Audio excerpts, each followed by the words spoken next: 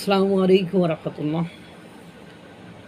হরিলুট চলছে চলুক, নতুন ছাত্ররা এসে তারা তো কিছু খাওয়া দাওয়া করে নেবে। নির্বাচিত সরকার আসলে তাদের তো এইসব খাওয়া দাওয়া বন্ধ হয়ে যাবে। এই জন্য এই হরিলুট তারা এমনভাবে করে নিচ্ছে যে হয়তোবা বছরখানিক 1.5 বছরে এত পরিমাণ লুটপাট করে নিতে হবে যে আগামী 7 পুরুষ বসে বসে খাইতে পারে। এর আগেও আমরা অনেক নেতাকর্মীদের এরকম দেখেছি, 36-37টা বাড়ি। আমরা যারা বিদেশে যাওয়ার মতো একটা বিমানের টিকিট কাটার ক্ষমতা রাখি না, আর সেখানে অনেকে 36-37টা বাড়ি, গাড়ি ইত্যাদি ইত্যাদিতে ভরে গিয়েছে। কেন এ কথা বললাম? 900 টাকার আরসিসি পিলারের দাম ধরা হয়েছে 40,000 টাকা। মানে জুলাই শহীদদের আবাসন প্রকল্পের 45 গুণ পরিমাণ ব্যয় দেখানো হয়েছে বেশি। মানে যা ব্যয় হওয়ার কথা তার চেয়ে 45 গুণ বেশি। সেখানে 900 টাকার আরসিসি পিলারের দাম ধরা হয়েছে, একটা পিলারের দাম 900 টাকা, সেখানে ধরা হয়েছে 40,000 টাকা। নতুন কোনো কিছু নয়। আপনারা জানেন 200 টাকার বালিশ দিতে একটা বালিশের পেছনে 36,000 টাকা খরচ হয়েছে। যে হেলিকপ্টার উপদেষ্টা হেলিকপ্টারে যে বালিশ দিতে গেছে, একটা বালিশের দাম 200 টাকা, কিন্তু খরচ হয়েছে ওই বালিশটা দিতে 36,000 টাকা। এই ঘটনা তো আমরা দেখি নাকি, দেখেছি তো।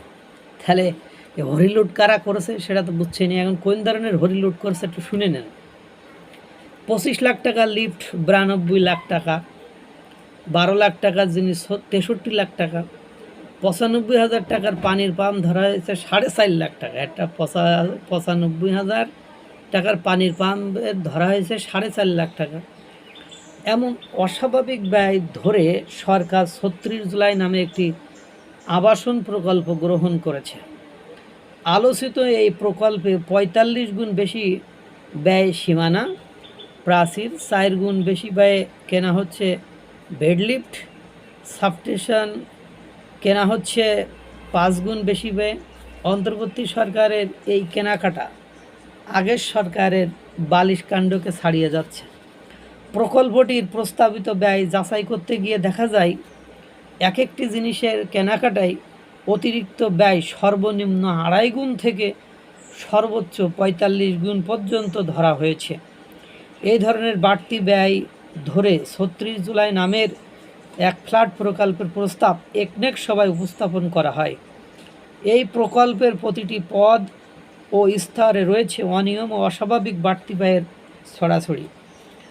প্রকল্পটির ব্যয় নিয়ে, এই অস্বাভাবিক ব্যয় নিয়ে কথা বলতে গেলে কর্মকর্তারা দায় চাপিয়েছে অন্যের উপর। কেউ বলছে তড়িঘড়ি করে নেওয়ার কারণে এমনটা হয়েছে, কেউ বলছে মাঠ পর্যায় থেকে প্রকল্পে সন্নিবেশ করার জন্য এমন ব্যয় ধরা হয়েছে।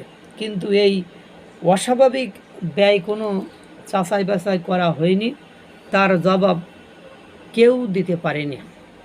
অর্থাৎ মানে আপনারা এর আগে জানেন ওই যে ডক্টর ইউনূসের বিশেষ সহযোগী ফায়েজ আহমেদ, সে আকামটা কী করছে।